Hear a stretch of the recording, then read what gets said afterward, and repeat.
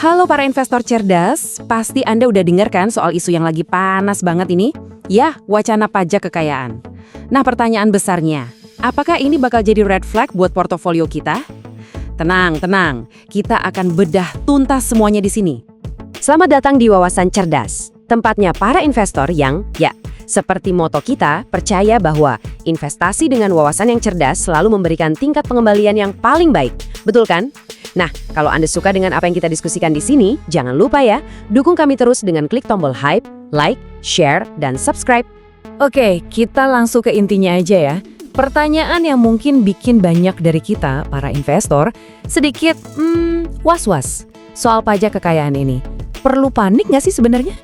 Jawaban singkatnya, tenang dulu. Nggak perlu panik. Kenapa? Karena ini dan ini penting banget buat dicatat ya. Ini masih wacana. Cuma wacana. Targetnya aja masih jauh tahun 2028. Jadi, kita punya banyak banget waktu buat belajar dan siap-siap. Bukan buat panik. Nah, biar jelas kita akan bagi pembahasannya jadi 5 bagian. Pertama, kita lihat dulu wacana pajaknya itu sendiri. Kedua, apa sih bedanya sama pajak penghasilan yang biasa? Ketiga, nah ini seru, kita lihat filosofi di baliknya, R lebih besar dari G. Keempat, kita bedah soal aset yang tertidur. Dan kelima, yang paling kita tunggu-tunggu, apa implikasinya buat portofolio kita semua. Oke, kita mulai dari yang pertama, wacana pajak kekayaan. Yuk kita bedah dulu fakta dan latar belakangnya. Jadi, apa sih sebenarnya pajak kekayaan ini? Simpelnya gini, ini itu usulan pajak tahunan, sifatnya progresif. Dan yang paling penting, ini nggak menyasar semua orang loh. Targetnya tuh spesifik banget, individu yang total hartanya di atas. Catat ya, 50 miliar rupiah. Nah, ini yang menarik. Ide ini tuh asalnya bukan dari pemerintah. Sama sekali bukan. Ini usulan dari sebuah lembaga kajian ekonomi namanya Center of Economic and Law Studies atau CELIOS. Dan usulan ini juga didukung sama banyak elemen masyarakat sipil. Jadi jelas ya, sasarannya adalah kelompok yang disebut high wealth individuals atau ya para taipan di Indonesia. Oke, kita lanjut ke bagian kedua. Dan ini tolong diperhatikan baik-baik ya, karena krusial banget biar kita nggak salah paham. Pajak kekayaan ini bukan pajak penghasilan biasa. Beda banget. Yuk kita lihat bedanya di mana. Perbedaannya itu fundamental. Biar gampang, bayangin aja begini. Kalau pajak penghasilan atau PPH, itu kan yang dipajaki aliran duit masuk. Gaji, keuntungan usaha, itu kan flow. Nah, kalau pajak kekayaan ini, yang disasar itu tumpukan hartanya. Akumulasi asetnya, stoknya. Contohnya apa? Ya saham, deposito, properti mewah yang Anda miliki. Jadi yang satu itu flow, yang satu lagi stok. Beda total kan? Nah, sekarang kita masuk ke dapurnya nih. Kenapa sih wacana ini bisa muncul? Apa filosofi di baliknya? Jawabannya ternyata ada di satu dalil ekonomi yang kelihatannya simpel banget, tapi dampaknya luar biasa. R lebih besar dari G. Cuma R, G. Kelihatannya sederhana ya. Tapi jangan salah, ini adalah dalil super kuat dari seorang ekonom terkenal, Thomas Piketty. Dan dalil inilah yang jadi kunci buat menjelaskan kenapa, ya, ketimpangan ekonomi itu bisa terjadi. Jadi, apa sih R dan G itu?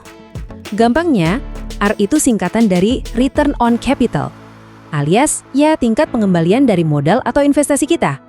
Cuan dari investasi lah. Nah, kalau G itu Economic Growth, atau pertumbuhan ekonomi real yang dirasakan masyarakat luas. Dan kalau kita lihat datanya, ini yang bikin kaget. Laju pertumbuhan modal, si R ini, secara historis itu bisa ada di angka 4-5%. Sementara pertumbuhan ekonomi real, si G, itu seringnya cuma di 1-2%. Kelihatan kan? Jomplang banget. Nah, efek dari R yang lebih besar dari G ini, persis kayak bola salju. Kekayaan yang datang dari aset, dari modal, itu terus berlipat ganda secara eksponensial. Ini kekuatan compounding yang kita sebagai investor tahu betul. Pertumbuhannya jauh, ninggalin pertumbuhan ekonomi masyarakat umum. Inilah yang disebut mesin ketimpangan ekonomi. Oke, dari filosofi itu tadi, kita jadi paham kan, pajak ini dirancang buat menjerat apa yang sering disebut aset yang tertidur. Nah, ada 2 target utama dari kebijakan ini. Target yang pertama, unrealized capital gain. Ini istilah yang familiar banget buat kita. Bayangin, portofolio saham Anda nilainya naik meroket. Tapi kan sahamnya belum dijual. Nah, keuntungan yang masih di atas kertas inilah yang disebut unrealized capital gain. Dan faktanya, saat ini keuntungan itu sama sekali nggak kena pajak. Luput. Jadi tujuan pajak kekayaan ini ada dua. Yang pertama, ya jelas, menangkap potensi pajak dari unrealized capital gain yang selama ini nggak tersentuh itu. Kedua, ini juga penting, mencegah wild parking. Maksudnya, mendorong supaya aset-aset yang diam itu nggak cuma diparkir, tapi diinvestasikan lagi ke sektor real, sektor yang bisa menyerap tenaga kerja, jadi lebih produktif. Terus pertanyaannya, seberapa besar sih potensi dana yang bisa didapat negara? Coba tebak. Menurut simulasi dari Celios, angkanya 80 triliun rupiah. Dan ini yang lebih gila lagi, angka 80 triliun rupiah per tahun itu adalah proyeksi suntikan dana hanya dengan tarif yang sebenarnya kecil loh, cuma 1-2%. Dan itu pun dikenakan ke segelintir taipan aja. Coba kita bayangin, dana sebesar itu bisa dipakai buat apa aja untuk negara kita? Oke, kita udah bahas wacananya, filosofinya, targetnya. Sekarang kita sampai di bagian yang paling relevan buat kita semua. Apa implikasinya buat portofolio Anda? Kenapa ini penting banget buat kita sebagai investor? Sebagai investor cerdas, kita nggak boleh reaktif. Kita harus proaktif. Ada 3 hal yang perlu kita siapkan. Pertama, pahami betul latar belakang kebijakannya. Jangan cuma ikut-ikutan rumor, tapi pegang fundamentalnya. Kedua, coba proyeksikan sentimen pasar. Kira-kira wacana ini bakal gimana pengaruhnya ke pasar nanti menjelang 2028? Dan ketiga, tentu saja siapkan mitigasi resiko buat portofolio kita. Mulai pikirkan strategi jangka panjangnya dari sekarang. Jadi intinya, memahami wacana ini dari awal itu adalah sebuah keuntungan. Tapi ini pasti memunculkan pertanyaan baru di benak Anda kan? Oke, batasnya 50 miliar. Tapi siapa saja sih yang sebenarnya masuk radar? Apakah cuma para konglomerat yang namanya sering kita dengar? Atau jangan-jangan jaringnya lebih lebar dari yang kita duga? Nah, jawaban dari pertanyaan itu akan kita kupas tuntas di Wawasan Cerdas selanjutnya. Jadi pastikan Anda nggak ketinggalan ya. Sampai jumpa! Halo teman-teman investor, gimana kabarnya? Pasti lagi ramai banget ya, di mana-mana lagi ngobrolin soal wacana pajak kekayaan. Apalagi pas dengar angkanya ya, 50 miliar rupiah. Wajar banget kalau kita semua jadi bertanya-tanya, ini nanti efeknya ke portofolio kita gimana ya? Eits, tenang dulu, tenang dulu.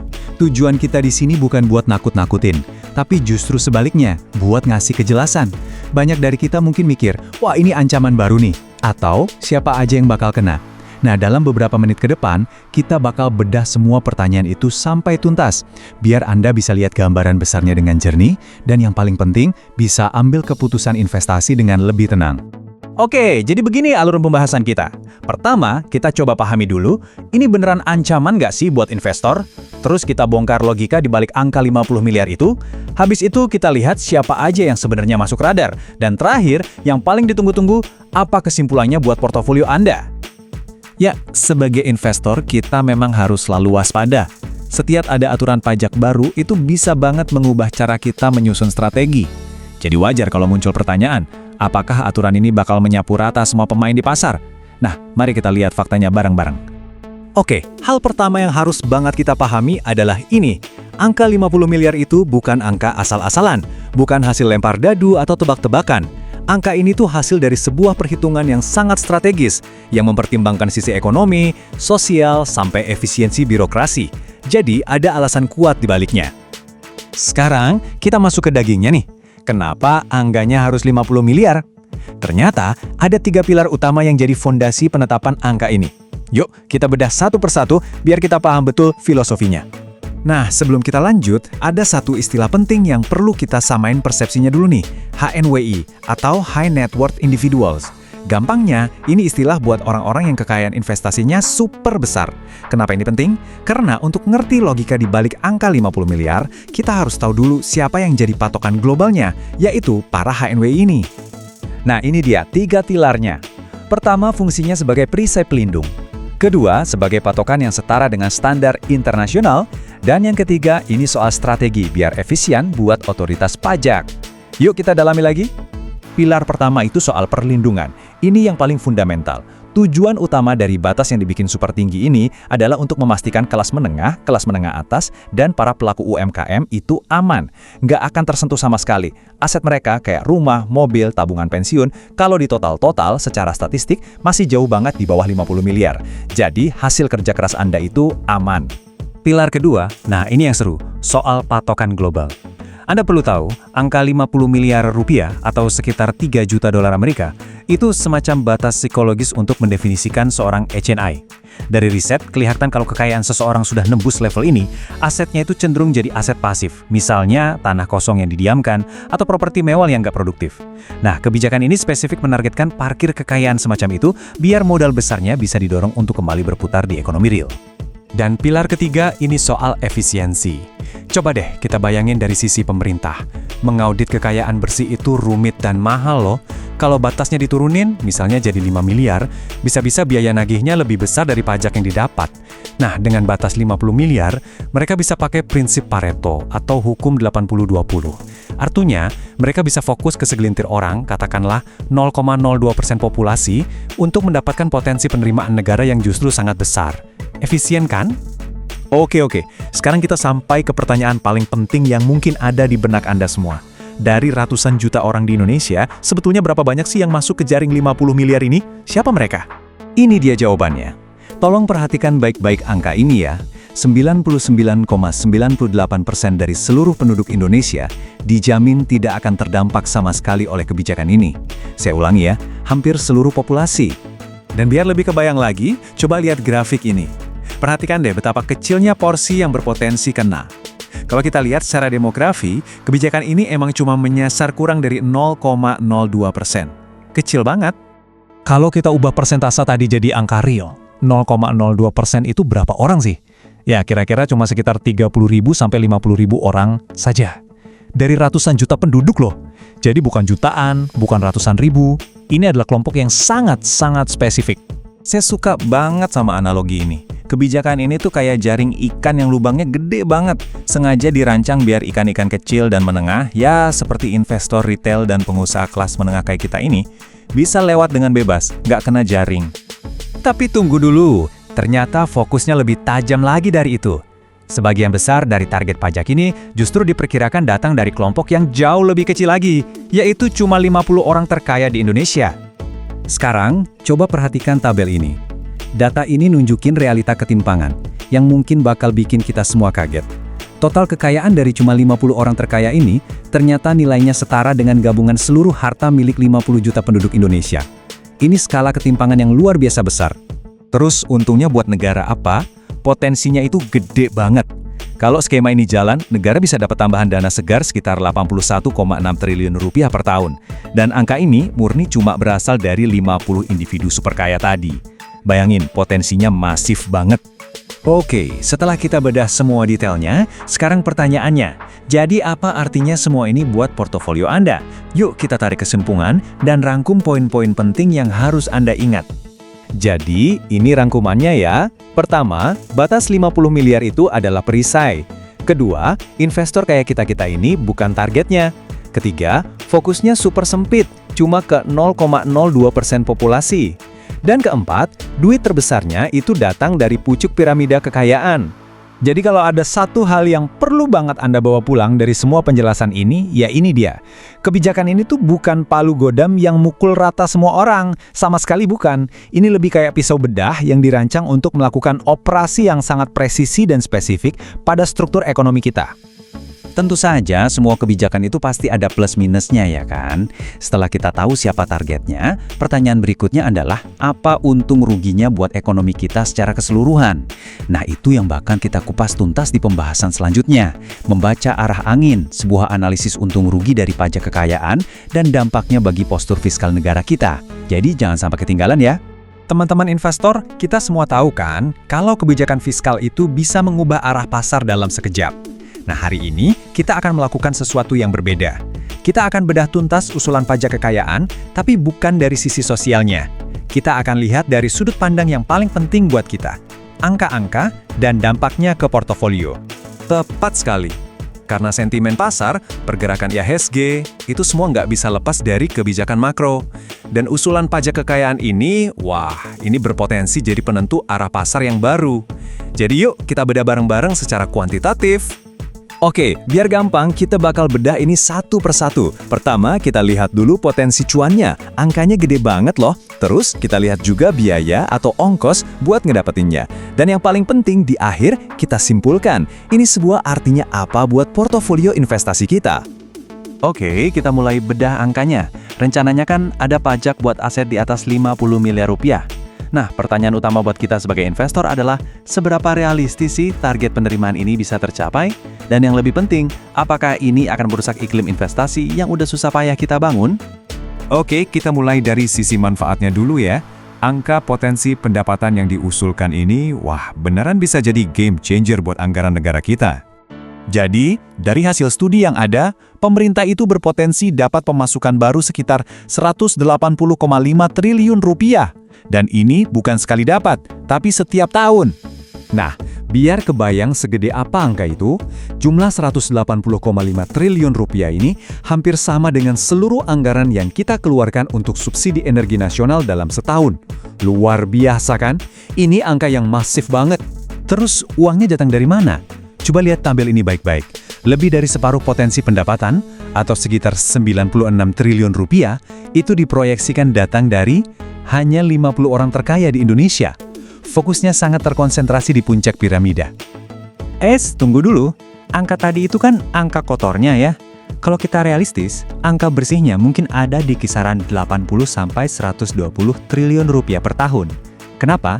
Karena harus ada pengecualian, misalnya untuk aset-aset produktif yang memang dipakai untuk bisnis dan menciptakan lapangan kerja. Tapi, seperti kata pepatah, nggak ada makan siang gratis. Ngumpulin duit segitu banyak, itu jelas nggak gampang. Pemerintah harus siap menghadapi 3 tantangan operasional yang super besar. Apa aja biayanya? Pertama, biaya audit dan penilaian aset. Ini bukan hal gampang, apalagi buat aset yang kompleks. Kedua, siap-siap perang di pengadilan pajak. Ini bisa jadi proses hukum yang panjang dan mahal.